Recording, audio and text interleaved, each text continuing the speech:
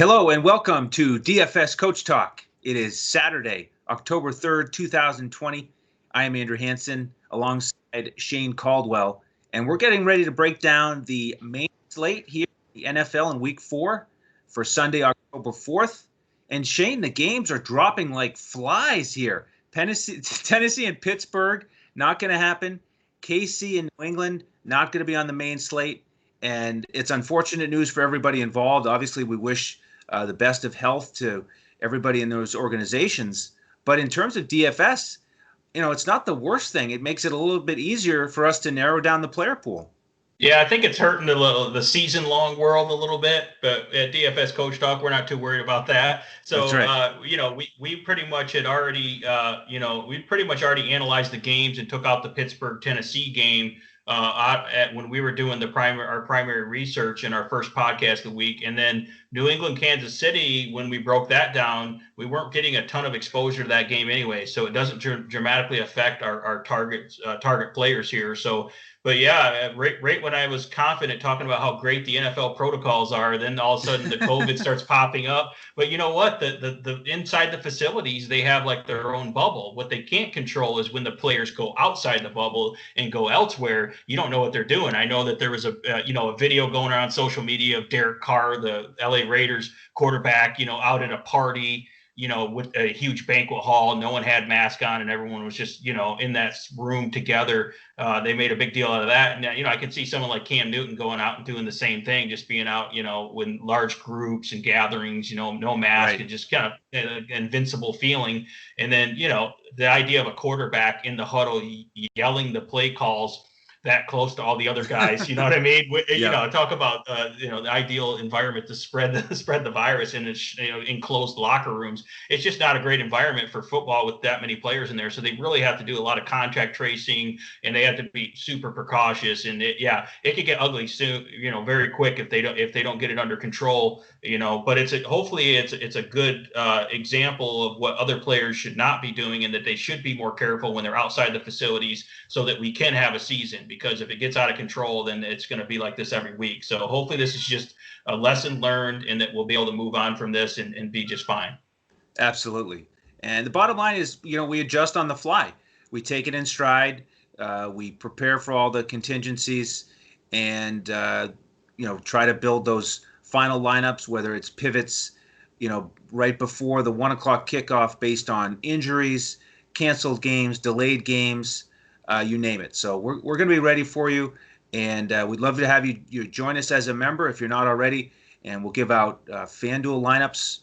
We can give out a full lineup there, and that's what we do. We give out the cash lineup, the GPP lineup, and then on DraftKings, we give out the coach's clipboard with a bunch of highlighted core plays and pivots, so you can build your lineup there, and then the Yahoo full lineups.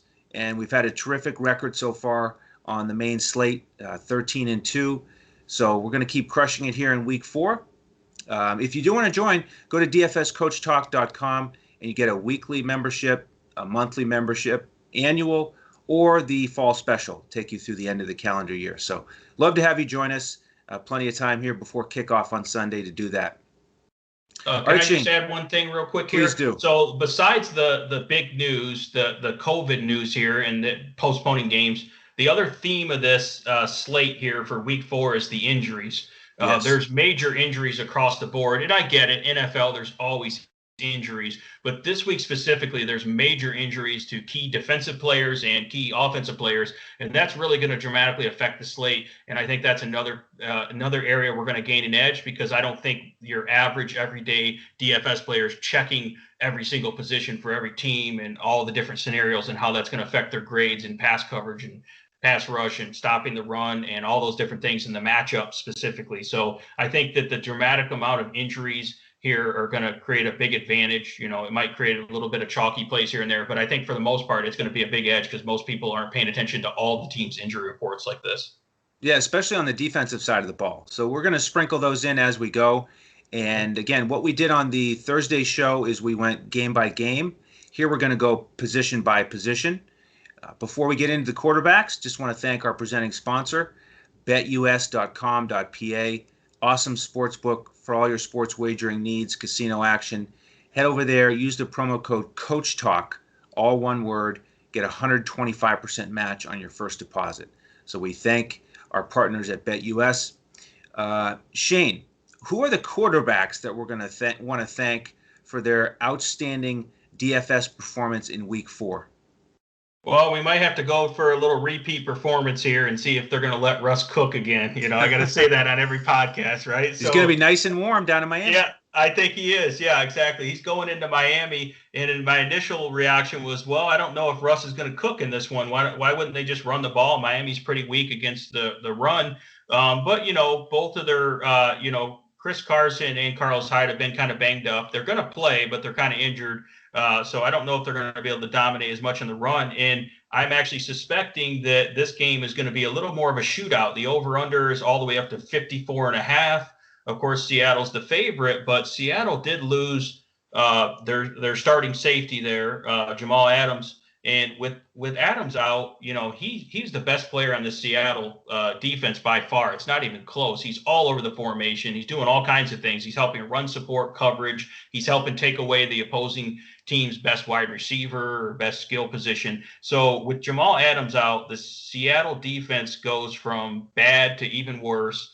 And this is a little means a little bit of Fitzmagic time. And because Fitzmagic, I think, is going to be able to score a lot, that means Russell will actually be able to throw and get the volume he needs on the other side. And they're not just going to be able to take the air out of the ball. So I think this is shaping up to be a nice high scoring shootout. And it happens to be Fitzmagic, who pretty much is a careless gunslinger, which I love for DFS, this type of game script here, and against a decimated, Seattle team that lost their best player on defense, and that's been really horrible against the pass and just been completely shredded. I think Miami has some good weapons that match up well against them.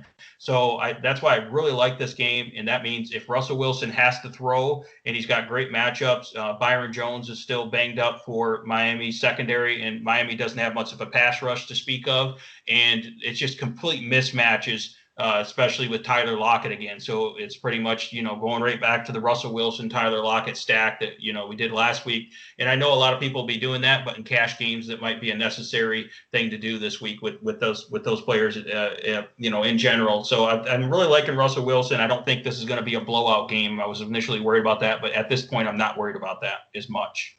Yeah, nice call. I mean, terrific matchups on both sides. Could be a shootout. And both guys are attractive. Yeah, and then over in Houston there, they have the Minnesota Vikings coming in, another high over-under total, a 3.5 point favorite for Houston at home. And we talked a lot about at the beginning of the week that Houston has had that brutal matchup. They've had just a murderer's row of defenses they've been going against, the best defenses in the league. Not this week. Yeah, not this week. So you got Minnesota, who's been injured. You probably won't even recognize who their cornerbacks are because they're so injured. Guys off the practice squad and rookies and random guys that were playing their first game. And so we were talking about Deshawn Watson. He's just licking his chops in this matchup. They, without Daniil Hunter, their star, outside linebacker, rush guy, they don't have much of a pass rush anymore.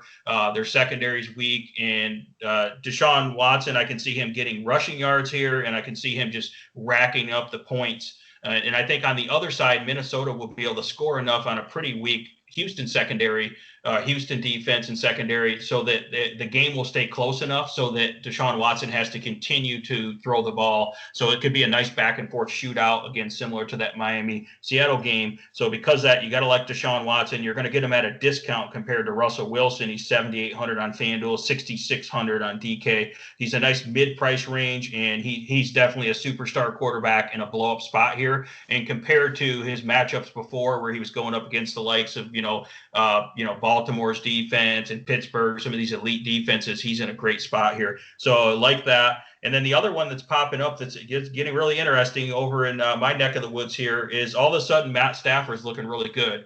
Now, I don't know if all the Sharks are going to be on this play or not, but Matt Stafford's looking really good. All of a sudden on the injury report, the New Orleans Saints have to travel into Detroit.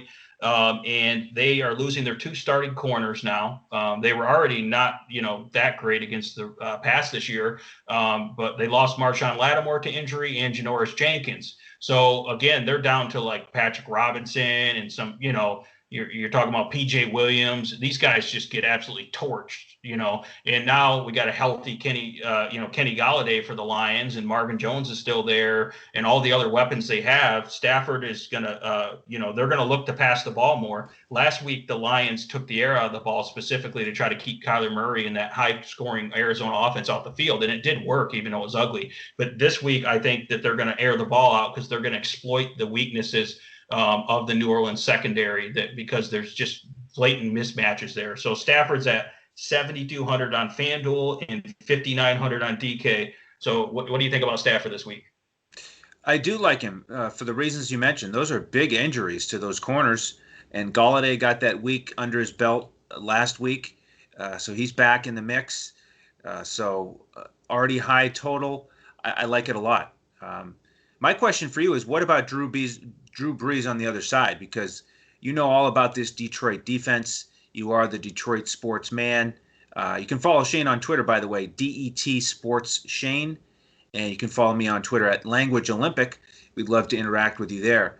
But what do you think about the other side of it here, either looking at Drew Brees or someone from his receiving core? We know that Michael Thomas is out.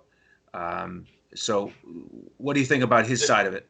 So, I mean, I'm not really targeting Drew Brees because he hasn't been great this year. Sometimes they even rotate, Taysom Hill in there. We've talked about that before. But Drew Brees hasn't looked great. He hasn't shown he hasn't shown good arm strength down the field. He doesn't have Michael Thomas again. Jared Cook is out too. Yeah, Jared Cook is out. So, I mean, the Lions are going to be able to game plan against Alvin Kamara.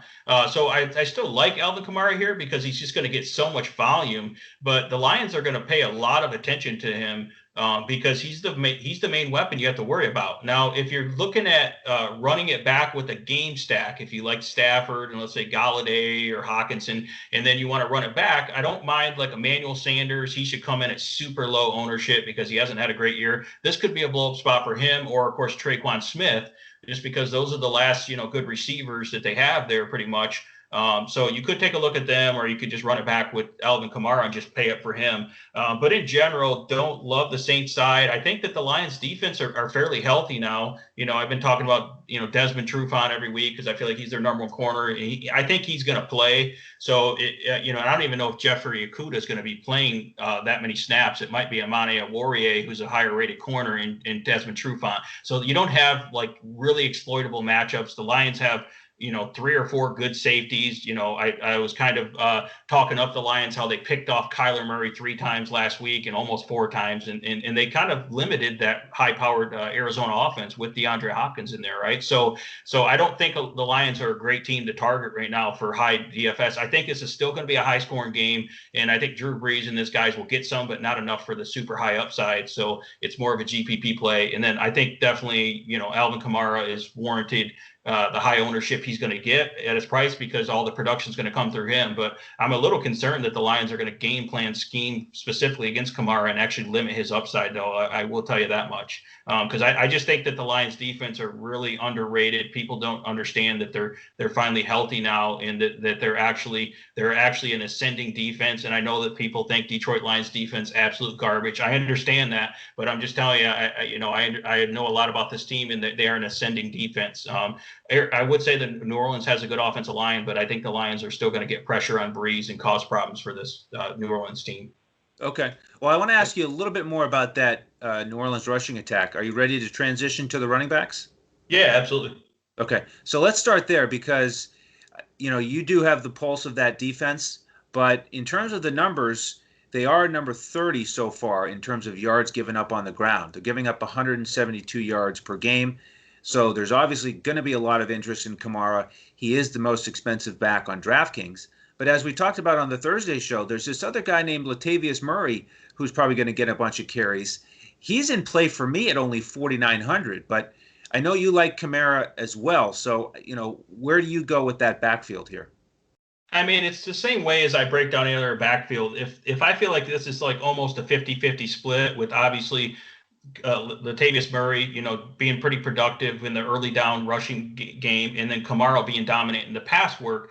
I don't like the fact that those guys have to split there. So yeah, they probably are going to produce against the Lions and probably produce most of the points for the Saints here. But I don't like the fact they still have to split. And I think Latavius Murray is getting a lot of work, which kind of scares you a little bit. I think he can do pretty good against the Lions defense in the rushing attack. But I think that, they're going to probably have to pass. I think the Lions could actually get a lead in this because of the way this is shaping up. And I know that's hard to believe, but the Lions could actually get a lead and force the Saints to have to pass a little bit. So that's less Latavius Murray there, more Kamara. But I feel like because the Saints are missing so many of their weapons, it's going to be easier for the Lions to limit Alvin Kamara's production in the passing game.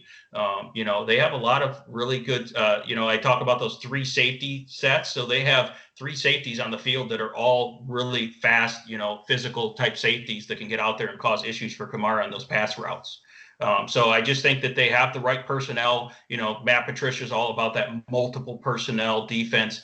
So they can really mix it up and scheme specifically against the strength of the other team. So I know it sounds funny, but I think Kamara will have a decent game, but I don't think he's going to blow up. And I don't know if I trust Latavius Murray. I don't know if this is going to be a great game script for him. So okay.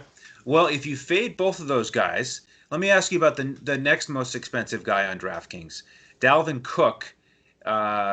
7,600. Actually, I may have skipped Zeke, but I want to go straight to, I did. I want to go straight to Cook, though, because he's got an awesome matchup, the best, in fact, as the Texans are number 32 against the run. They're giving up 188 yards a game. And we talked about the Houston passing attack, and this is one of the higher totals on the board. So is it possible to go with Watson and potentially Will Fuller on one side and run it back with Dalvin Cook on the other?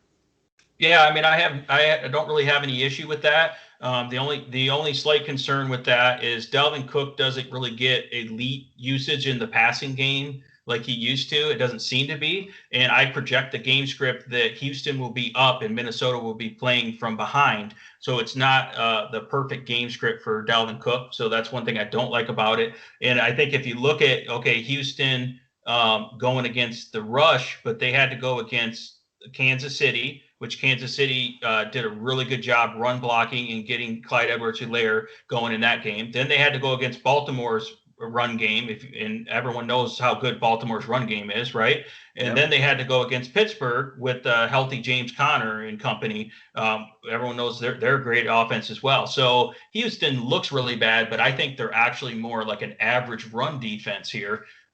Against Minnesota is a really good run offense, but I don't think it's the ideal game script. So I'm a little skeptical whether it's worth paying up for Dalvin Cook, even though he did look absolutely dominant last week. He looked really good. Yeah, 181. So I'm just a little concerned about that. So I don't know if I trust Dalvin Cook that much to have a blow-up game. And, he was going up against Tennessee's defense, which they're not really that great against the run last week. So I don't think it was that great of a matchup. So I don't think Houston is that easy of a matchup, even though the ranking shows you that. I think that Houston's more of a neutral matchup. So Dalvin Cook's okay, but I don't know if he's worth paying up that price for him. Okay. So so far we haven't hit on a running back that you're pumped about. So yeah. And I know you've got some guys that you are. So share a couple of those with us. Yeah. Well, I know people are probably sick of me talking about Jonathan Taylor, but you know what? I'm going back to Jonathan Taylor here. I like the fact that you can get Jonathan Taylor kind of lower owned this week. He's going into Chicago. We talked about earlier in the week. It's kind of a perceived really difficult matchup. I don't think it's really that difficult of a matchup. They lost one of their starting defensive tackles. Their defensive line's not rated high against the run right now. Their linebackers aren't great against the run. And of course, if you know something about Indianapolis's offensive line, they're just going to keep getting better and better and just pound teams throughout the year. And at Jonathan Taylor, I actually like the game script. Again, we're talking about game script because that's how it's going to project these players' volume and how they're going to produce in DFS. So I think that the Colts are going to get up get up on Chicago here, and they're going to feed Jonathan Taylor on the road in a tough physical game. And I think if Jonathan Taylor gets volume, he's going to break a big run here. I've been waiting for that for a couple of weeks, and I think this is the week where he can break a big run and get, upwards of close to 20 carries. And I like him in this game. He's the red zone back. He's the goal line guy. He can catch some passes. And I think this is actually a pretty solid matchup, even though it's perceived to be a horrible matchup. And he's like a middle of the road pricing. He's not super expensive where he's going to blow up your entire budget here like a Dalvin Cook would. So he's 7,500 on FanDuel, 6,600 on DK, and I think he's going to be pretty low owned. So I'm liking Jonathan Taylor here. And here's the other guy that I think I mentioned earlier in the week, and I'm still on it. Super sneaky, and I think he's going to be low owned because people are again, perceived bad matchup. And he's pretty expensive. It's Josh Jacobs for the Las Vegas Raiders here. Josh Jacobs coming in at $8,000 on FanDuel and $6,800 on DK. He's perceived to be probably priced pretty high, and I think people are going to be either paying up to Kamara or paying down to some of these value guys. So he's going to be the guy that's missed in between there. And the Buffalo Bills are not great against the run. I think they're pretty weak against the run. But if you look at it, most people are going to say, well, it's the Buffalo Bills defense. They're really tough. I don't want to go up against them. I think it's actually a great matchup, and Vegas has a really good line. And I think that's the way Vegas wins this game. Most of their best receivers are out. So what do you think John Gruden's going to do? He's going to pound the ball, set up a few play action plays. So I like Josh Jacobs in this game. If they can get the lead, and I think that the Vegas will win this game, actually. Let me see what we have for the current line here for Vegas. It was on BetUS. It was -3. Bills were the favorites. Over under 52.5. Yeah, so even if Vegas can keep it close, I think they'll be okay in this game. Again, this is a Josh Jacobs spot, and this is a spot where he can completely blow up and have one of those games like he had in week 1, multiple touchdowns, over 100 yards. Maybe he gets a little work in the passing game too, and at low ownership. So again, another guy that you can get at low ownership that people are forgetting about because again, they want to either pay up or pay down here. He's kind of in between, and they're not going to want to pay up for him. So yeah, I liked how Darrell Henderson looked against that Bills defense last week. So I see what you're saying there about Jacobs. I think he could have a similar production in terms of fantasy output. I do think the passing game is in play, despite those injuries to Ruggs and Edwards. Renfro could step up. I think this could be a Waller week. Well, and that's good because that allows them to get down inside the 5-yard line, and then what's going to happen. Josh Jacobs is tough to handle down there, right? So I'm fine with those guys. They got to be able to move the ball. So you kind of want the passing game to be able to be efficient and then not quite seal the deal. You get down the red zone, and Josh Jacobs with his strength and athleticism and balance that he has, ability to break tackles, he's awesome down there. I'll tell you, great. I do have more faith in Josh Jacobs inside the 10-yard line than Derek Carr. So yeah, exactly. Yeah, he's not going to get robbed. It's not a Josh Allen situation here. That's right. Here's a good running back here I want to get your opinion on. This is kind of popped up a little later in the week. I'm really liking Ronald Jones. I know that's kind of hard to say because Ronald Jones isn't the guy that you usually love. He's usually kind of iffy. But the way that Tampa Bay running game has looked this year, I thought was really good. And now that Leonard Fournette is out this week with an injury, we're looking at heavy volume for Ronald Jones at home against the LA Chargers. I think this is going to be an absolute blowout. I think the Tampa Bay Buccaneers are going to blow out the LA Chargers, and that Ronald Jones is going to get a ton of rushing volume here. I don't think Tom Brady's going to have to do much, especially in the second half. So we're talking great volume in a great matchup. The LA Chargers defense is banged up. They don't rate good against this offensive line for Tampa Bay. Has been run blocking really good at an elite level, and Ronald Jones has got that nice speed and breakaway type talent, and he's looked pretty solid when he's in there. I think he's going to get more production with Leonard Fournette out, and I think he's going to produce at a high rate in terms of running efficiency. So I really like Ronald Jones, and you can get him super cheap. Because he was splitting work before. I don't think he's going to split much. I'm not really worried about, Shady McCoy there. So we got 5,600 on FanDuel, and what do we got him at 4,700 on DK. So I don't care even if he doesn't catch passes that much. I really like him even on DK at 4,700. What do you think about Ronald Jones here for a value play? I think it's okay. I don't get too excited about him. I'm not convinced it's going to be a blowout. It's a low total. On BetUS, it was 43. I think it could be, a little bit slower pace, not quite a shootout. I like the Bucs defense a little bit more, and I know it's often a very effective strategy to pair the defense with a running back. So if they're ahead, it could work out for him. But I don't like guys that almost never catch passes, and so Shady McCoy is a problem. Not to mention the multiple tight ends and all the wideouts. It's a nice price. There's a couple other guys in that area I like almost as much, if not better. So, I see why you're interested in him. He's just not sort of at the top of my list. Yeah, I look at it, Ronald Jones at a cheap price as a guy that can get, 80 to 90 rushing yards. And I think, he's in a spot where he could get 2 touchdowns here. I know it's hard to project touchdowns, but I just think that their offensive line matches up good. I love their run scheme and the way they've been run blocking when I've watched them. I just think they're really good. I think Ronald Jones has looked good when he's in there. He's going to get a little bit more volume this week. So if he gets similar volume that he did in week 1, he had 17 carries for 66 yards, but he's going up against a much better matchup here. I think that he's going to really produce, and he can get, close to 100 yards rushing. And I think he's good for 1 or 2 touchdowns. And at that price, I'm all about that. And I think he's going to be low owned because people are, somewhat nervous about him. But I think with the Leonard Fournette news, he is going to get some ownership, but low enough owned. He's a great value play. There's not any really good, super low value plays at running back if you're trying to get there. So I think he's a good one. That's why he stood out to me. Yeah. Well, we talked about Latavius Murray, so there's another guy in that price range you could look at. And then one other guy that I kind of like on DraftKings is Gio Bernard. And we do have some injury news there with that backfield. Joe Mixon popped up the injury report. He's now questionable with a chest. And if he doesn't go, I like Bernard even more. Not that he's going to go out there and get 14 to 16 carries, but if he can just get a few carries and a bunch of receptions, we've talked about how this is a great matchup for running backs catching the ball against Jacksonville. So I do like him. In terms of other backups, if Joe Mixon doesn't play, it looks like the candidates would be Samaje Perine at 4,000 and then Travion Williams, who hasn't gotten any carries. He's also at 4,000. So I'm not ready to trust those guys, but I would roll Gio Bernard out there for 4,400 on DraftKings, especially if Mixon's out.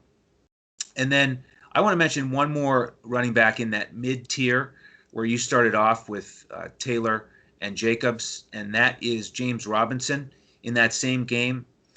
Running backs against Cincinnati have been excellent this year, 182 yards per game. That is number 31 in terms of Cincinnati's defense. James Robinson coming off a bunch of rest, having played that Thursday night game against Miami. So I like him at 6,500 on DraftKings. Yeah, and one thing to keep in mind with him is he typically doesn't play on third down. So I don't know if I would expect as much production from the passing game. He got a lot of those garbage time checkdowns, and he was super efficient in that Thursday night game. But he doesn't really play much on third down. They got, Thompson, who's more their third down back. So that's the only thing that makes me nervous about him, especially in a PPR format. And the other thing, since I'm trying to sell you on Ronald Jones over here, Ronald Jones last week did get 4 targets and 2 catches for 20 yards. So he did produce a little bit in the passing game. If he can just get similar production in the passing game and then get the rushing projection that I'm looking at, then again, he's an excellent value play. So Good there stuff. You go. Ronald Jones week. Yep. Right. Last one I do want to mention is Singletary with the questionable tag on Zach Moss with the toe. I guess he got in some limited work here at the end of the week, but it is a toe injury for a running back, so I wouldn't be surprised if he sits. The challenge here is it's a 4:25 kickoff, so keep that in mind. Again, something I also like to stress is if you're building lineups and you have a flex spot and you're using 3 running backs, put those guys in the flex spot, your third running back who's playing at the 4:25 game. So you can put Singletary in there in the flex spot, and let's say Zach Moss is ruled in and you decide you want to pivot off of Singletary, then you'll be able to pivot to anybody in those 4 o'clock games Yeah, and to your point, the Indianapolis Colts at Chicago Bears game was moved to the 425 slot, which was previously Yes, the Kansas City New England slot. So that's very relevant to what you're talking about. So a guy, with Taylor. yeah, you got Jonathan Taylor, or if you were going to go after David Montgomery or something like that, he could be a decent play too, even though he's got a tough matchup. David Montgomery's looked pretty good with Tariq Cohen out. So yeah, there's some good plays in that game at the 425. Now that you're not used to a Chicago game being 425, but it is. But they also have like the Dallas game is at like 1:00 every week now, which is weird in Dallas at Central Time. So I don't know if it's something to do with the COVID schedule or what, but there's some weird times that you'll have West Coast or Central teams playing at the 1:00 slot, which is like 11 a.m. or whatever for them. So not really sure what that's about, but that's fine. But those are all things you have to keep in mind. Yeah, no, I'm glad you mentioned the change in the Chicago Indianapolis kickoff. So very important to keep that in mind. All right, Shane, you ready for some wide receivers? Yeah, we got quite a few here, so we better get to it. All right. Well, we've already talked about this Seattle passing game with Lockett and Metcalf. I know they're strong candidates for you. Yeah, I mean, I like Lockett better as he can line up in the slot or line up more opposite of Xavier Howard. I think Xavier Howard's still a decent corner, and he'll be on DK Metcalf, which I know we talked about earlier in the week. DK Metcalf is almost like matchup proof, but I think again, Xavier Howard will be physical with him, could run with him, and could limit his upside. Where with Tyler Lockett, I don't really see anyone that can limit his upside in this game. So I still like Tyler Lockett more, as we did last week as well. I mean, DK is super talented, but Tyler Lockett overall is still probably better hands, better route runner, a lot quicker, and can get more slots in the snap and more snaps in the slot, which would create a lot of mismatches. He has a great matchup there in the slot against this Miami weak secondary. So definitely like Tyler Lockett here. And then we mentioned Kenny Gallaudet, up against a great matchup. There's no one that can cover him for New Orleans. Matt Stafford will target him often and early. He's their number one red zone target, and he's going to get some deep balls in this game. He'll get some, intermediate deep balls and some deep shots here. And if he hits on a few of those with Stafford, it's a blow up spot for Kenny Gallaudet at 7,300 on FanDuel. And I think I mentioned earlier in the week, I think his DraftKings price is way too low at $6,000 for Kenny Gallaudet. I think he has upside of, somewhere around 8 catches, 120 yards, and potentially 1 to 2 touchdowns here. So at that price, he's looking really good here. Tyler Boyd is like way too cheap. He's in a great matchup here. I mean, I think Joe Burrow's a great quarterback. Looks for him in the slot. Joe Burrow loves hitting those guys over the middle. And Tyler Boyd in that slot there is in a great position against Jacksonville. And a great matchup against DJ Herndon there, and he's going to get a ton of targets. So he's great, especially in PPR. But I like him on FanDuel as well. He's about $6,000. He's way too cheap. Here's a guy that you don't really like that much, makes you a little nervous, but I think that he's in consideration here. Oh boy, I know who it's going to be. Know it's going to be DJ Moore. There he is. So I know you don't like him, but you got to keep in mind DJ Moore is the type of guy that you hate, and then he blows up for this huge game. He's the type of guy that can get like 100, some ridiculous 160 receiving yards and 1 to 2 touchdowns. So here's the deal with Arizona. There's really no one that can cover him in that secondary. It's a great game script. When you look at the game script, Arizona should be up pretty big on them for a lot of the game. Carolina's going to have to air the ball out, and DJ Moore is going to get a ton of volume here. They're going to have to pass, so he's going to have a great matchup there. If he gets on Patrick Peterson, Arizona has some injuries in their secondary as well, and it's just a huge mismatch there. Whether it's Drake or Patrick Peterson, whoever's guarding him, they really not going to be able to handle DJ Moore, and this is a big blow up spot. And again, I know he had a bad game last week, which is why I know. Another reason why I like him, you're going to get him at super low ownership here. And he has 5,600 on DK, so I think he is going to get more ownership on DraftKings compared to FanDuel at 6,800. But 5,600 is way too cheap. So I know he makes you a little nervous here, but I think he's definitely in a blow-up spot here. And then, Will Fuller looks pretty good. The only thing that makes you nervous about Will Fuller, he's kind of more of a GPP play, is that he popped up on the injury report as a hamstring issue again. Go figure, right? On Thursday, he always has a hamstring. The crazy thing is, I was all excited about that duo with Watson, and then I saw that and I got concerned. But now he's off the injury report, so yeah, he obviously progressed in a positive way, and I feel more secure about it, but a little shaky for sure. Yeah, I don't think you probably like him in cash, but you gotta hook him up with Deshawn Watson in the GPPs because he has massive upside here, and this just looks like a blow up spot for him. So hopefully his hammy holds up on him for him here. Exactly. But it's just there's no one there's no one that can cover him. It should be a pretty high scoring game, and it's just in a great spot for him. And then Marvin Jones is really sneaky for the Lions, just because, as we mentioned, all their corners are out. Marvin Jones hasn't done anything this year. I feel like we've said this about every week. There has been weeks where I've said I just don't like Marvin Jones at all, but this is a week where he's 4,900 on DraftKings and 6,000 on FanDuel, and he's going to be really low ownership, because everyone is going to be focusing on more Gallaudet on this team. But he could definitely blow up here, so he's a great GPP play. And then I still like Justin Jefferson as one of the value plays at 5,400 on FanDuel, 5,200 on DK. In that Houston Minnesota game, that would be a great game stack there. Houston has Vernon Hargraves trying to cover Justin Jefferson. I know he's a rookie, but I think he's way too quick and way too much speed for Hargraves to cover him, and he's got great size here. So I think Kirk Cousins, will be looking for him quite often, and they should be down. I think they're going to have to pass a lot. So I think Justin Jefferson should have a great matchup here in a blow-up spot, and he's super cheap too. So what do you think? Anything else you got here for wide receivers? I know that was a lot of guys. Yeah, well, in the $5,000 range on DraftKings, I want to mention a couple more. Devontae Parker, who we mentioned earlier. Again, Seattle's given up more than 430 yards per game passing, so it's just ridiculous matchup for Fitzpatrick and Parker. So I like that. And then Jarvis Landry, 5,100. Great matchup against Dallas in the slot. He hasn't had huge volume here, but I think there's a decent chance Cleveland will be behind. They'll need to throw it a little bit more than they want to. So, this could be the time when he finally clicks. I like that price for him on DraftKings with PPRs is terrific. Awesome. Yeah, we got a lot of good wide receiver options here. Absolutely. Especially DJ Moore. Yeah, right. No, he's got the upside. Yeah, he's got the upside. He's just hard to pick when he's going to hit it. So, yep. All right, before we get to the tight end, Shane, let's pause for a minute and let's hear from our friends over at BetUS. Wake up, sports bettors. Sports are in high gear at BetUS.com, so put down the beer and make every sporting event more exciting by putting stakes on the line at BetUS. Earn bragging rights over your friends as you rake in the cash from each week's betting action. But don't settle for any other book.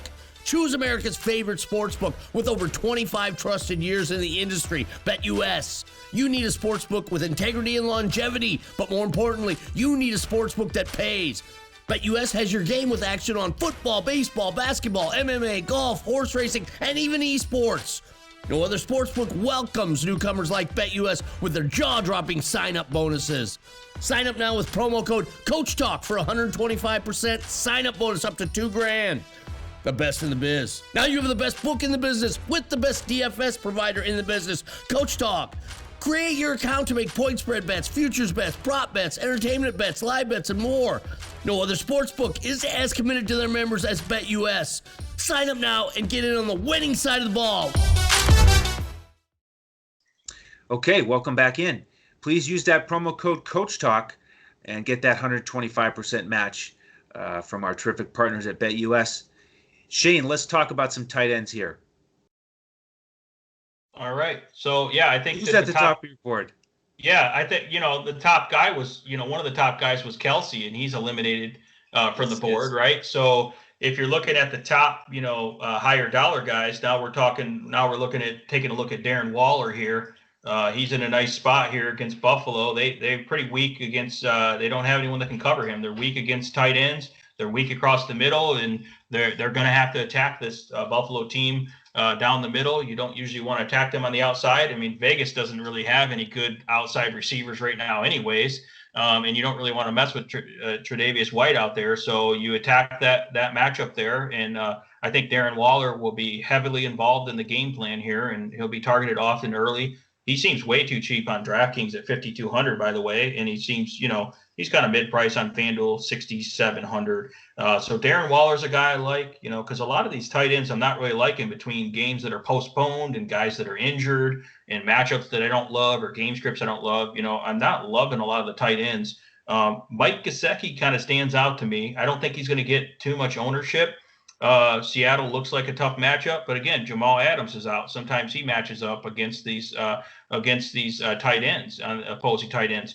Seattle is weak in the slot, and Mike Gesicki often lines up in the slot. He has the highest slot percentage of any tight end. So he's a big slot receiver here in a game that should blow up and be a big shootout as we're projecting. And Mike Gesicki coming off a disappointing week last week. You know what I'm going to say about that? I like that, right? Yes, that's good, because the game log watchers will be like, oh, this guy's bad. He flopped last week. So I feel like he's in a great spot here, and I think he could definitely get a ton of production, and they're pretty much their number one red zone target, as well. So he got, I think, 2 or 3 red zone looks last week. He, caught a touchdown, but I think he'll produce throughout the entire field and definitely be the number one red zone target. And I expect a big game from Miami here. Hopefully they can keep up and compete with this nice shootout here against the Seattle Seahawks elite offense. And then I like my guy TJ Hawkinson. Again, even with Gallaudet in there, New Orleans is going to be kind of weak. They're weak against tight ends. They haven't guarded tight ends good. Again, they don't really have anyone that can match up to his size and speed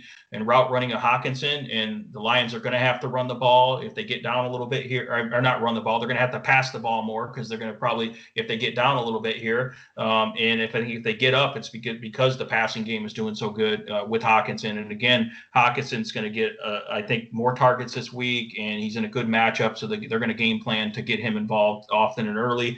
And if they're trying to pay so much attention to those wide receivers outside and limit their upside, then Hawkinson will have more space underneath to work right in those little pockets in the zone coverage there as well. So like Hawkinson here. What about you? Do you have any tight end guys that are sticking out to you here? I'm not really dumpster diving this week and going too low on these tight ends. I feel like there's some traps down there. So yeah, I want to follow up on those guys, and then I'll add one more at the end. And awesome. With tight ends, I really like to look at past performances against certain teams.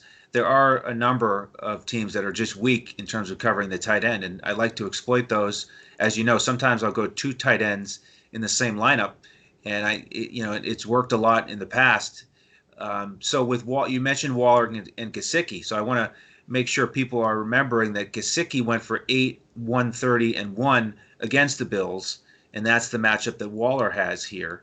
And that's part of the reason why I like him, how you talked about wanting to attack the Bills over the middle. So that's with Waller. And with Hawkinson, we talked on the Thursday show about how much success the Green Bay tight ends just had against New Orleans.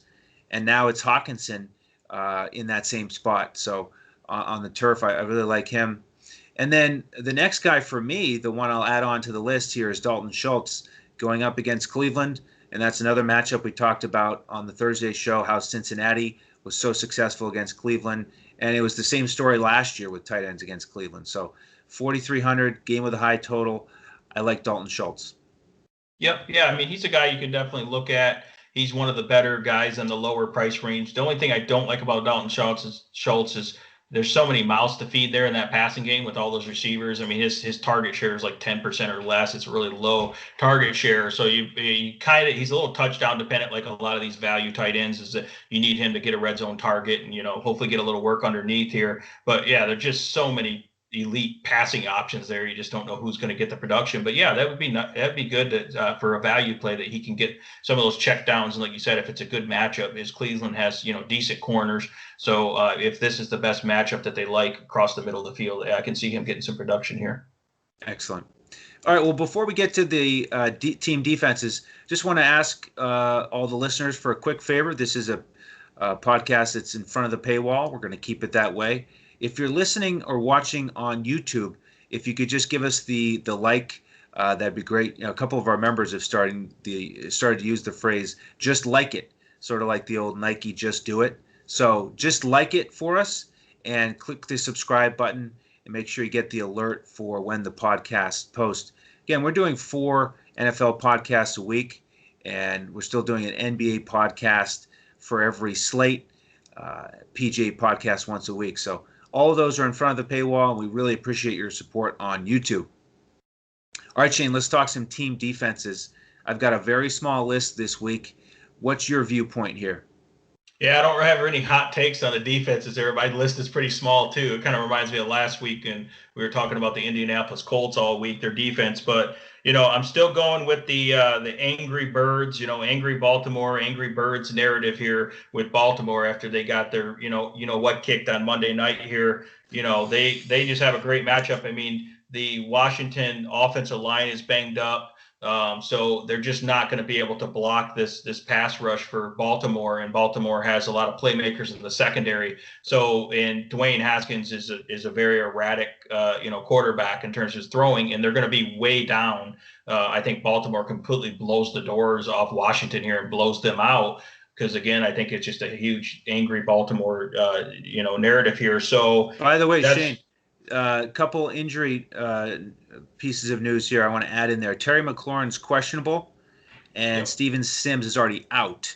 So exactly, the so weapons, that just leads to the blowout even more. They have no one. They're not going to be able to run the ball much. They don't really have anyone they can pass to. Baltimore matches up perfectly against them. The pressure is going to be enormous. I mean, Washington's just going to be running for their lives in this game, and Baltimore's just going to eat. And I hope people aren't wanting to pay up for Baltimore because they're kind of expensive. They're the most expensive people, and I can see people going down to the LA Rams, which we also like. But the fact that you can get Baltimore at lower ownership, and I think they're in an absolute blow-up spot here. They're just going to annihilate this team, and I love the way the game script is here. I love the Baltimore defense. If you can't pay up for them and you need to save those little bit of extra couple $100, then you can look at the Rams defense, but there's really not that big a price difference. And the Rams are going to be higher owned because I think the perception is the Rams are just going to completely, do really good against the New York Giants that aren't great. But I think the New York Giants still have more talent and a little bit better quarterback and offense compared to the Washington team that's just, doesn't have anything right now, especially if Terry McLaurin's out. So, and again, the Rams are a great defense, but I think the Baltimore defense is even better. They just looked really bad because they went up against, an all-world offense in Kansas City that was running on all cylinders on Monday night. So, I think that, people might think Baltimore's defense isn't as good now because they just got shredded by Kansas City, but I think they're about to find out how good they are. So that's why we like the Baltimore defense here. Yeah, absolutely. I mean, it was Kansas City, so getting shredded by them, not that unique of a situation.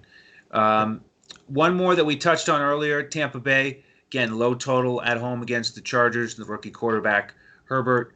They've really stepped it up here, the Bucs defense, only allowing 70 yards a game on the ground and 265 through the air, so really good numbers. I like the spot they're in as well. Yeah, Tampa Bay's too cheap on DraftKings. You can save a little money there at 3,400. That's way too cheap, and they're in a great spot for the Tampa Bay Bucs defense here. So, yeah, definitely love them as well. Excellent. Well, we hope you all enjoyed our run through here. If you want to jump in with us as members, you'll get all the other player advice that we give out. There's a couple other guys at each position that we'll talk with our members about and include on the DraftKings Coaches Clipboard. And then, of course, we'll finalize our lineups. We give those out about 45 minutes before kickoff. So jump in Sunday morning at dfscoachtalk.com, pick up one of the memberships, and then you'll get our full FanDuel lineups, the cash lineup, the GPP lineup, DraftKings Coaches Clipboard, the Yahoo lineup. And then we banter back and forth with any questions that our members have. And, we're really just here to help, try to make folks better and, improve the bankroll with making the right contest selection. And so that's something that comes along with our membership as well. Shane, any final words here about the Week 4 main slate? I mean, this is going to be, you're going to want to, hopefully you can join and become a member, but you're going to want to really keep an eye on the news on Sunday morning as the injury news. There might be some more injury surprises. You never know. There could be some surprise COVID tests, that are positive that pop up in the morning too, as they do their final test on Saturday. Who knows what's going to happen the way it is right now. So you're going to really want to pay attention to the final injury news. And definitely we love this slate as there's, I think I talked about earlier in the week, there's not really any obvious game to stack. There's a couple good games that we like, and there's just some great matchups and some great situations that I don't think the public is going to be on in general. And I think we're going to take advantage of that. So looking for a huge Week 4 here, and really excited for this slate. Yeah, absolutely. We'll be back again later tonight, early in the morning, with our primetime show covering the Sunday night and Monday night games, so be sure to tune in there. Again, follow us on Twitter at DFS Coach Talk. You can also interact with the coach, who has a little bit more time on his hands now with basketball winding down. You can find him at JOESARVADI. And just want to thank our presenting sponsor one more time, BetUS.com.pa. Wonderful partners. Use that promo code Coach Talk when you head over there. And our charity of choice here, MambaOn3.org. So that is going to wrap it up. On behalf of Sugar Shane Caldwell and the rest of the DFS Coach Talk team, thank you so much for joining us here. I am Andrew Hansen, and be sure to tune in again next time as we look to crush it in DFS.